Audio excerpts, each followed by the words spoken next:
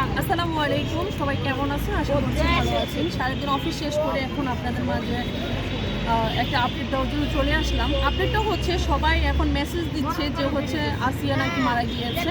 এই যে দেখেন মেসেজটি। আসলে আমাদের ছোট্ট বোন আসিয়া হচ্ছে মারা যায় নাই, সে এখনো জীবিত আছেন। আমি আপনাদেরকে আবারও শিওর করার জন্য আমি এখন আসিয়া সেখানে তার ফুফাতো ভাই যে আছে সুজন ভাই, আমি সুজন ভাইকে কল দিচ্ছি। ঠিক আছে, সুজন ভাইয়ের কথাটা এখন আপনারা শুনবেন। শুধু শুধু কেন আপনারা মানুষের মাঝে আপনারা হচ্ছে একটা গুজব ছড়াচ্ছেন? গুজব ছড়িয়ে তো মানুষকে আপনারা আরো বিভ্রান্ত করতেছেন। বিভ্রান্ত করা মানে কি বুঝতেছেন মানুষ কত টেনশন আছে আসিয়াকে নিয়ে?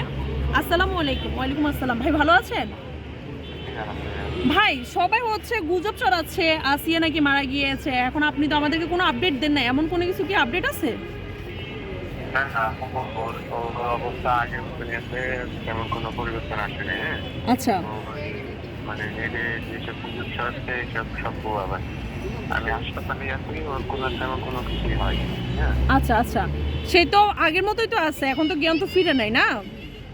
না না, গিয়েছে নাই, আগের মাত্রাই আছে, আগে যে অবস্থা ছিল সেই অবস্থায়। তবে ভাইয়া আমি মুক্ত এতটুকু আশা রাখি যে ওর কোনো মানে বালাবেশকম কিছু হইলে অন্তত ওকে আমি তো মেসেজটা পাবো, তাই না?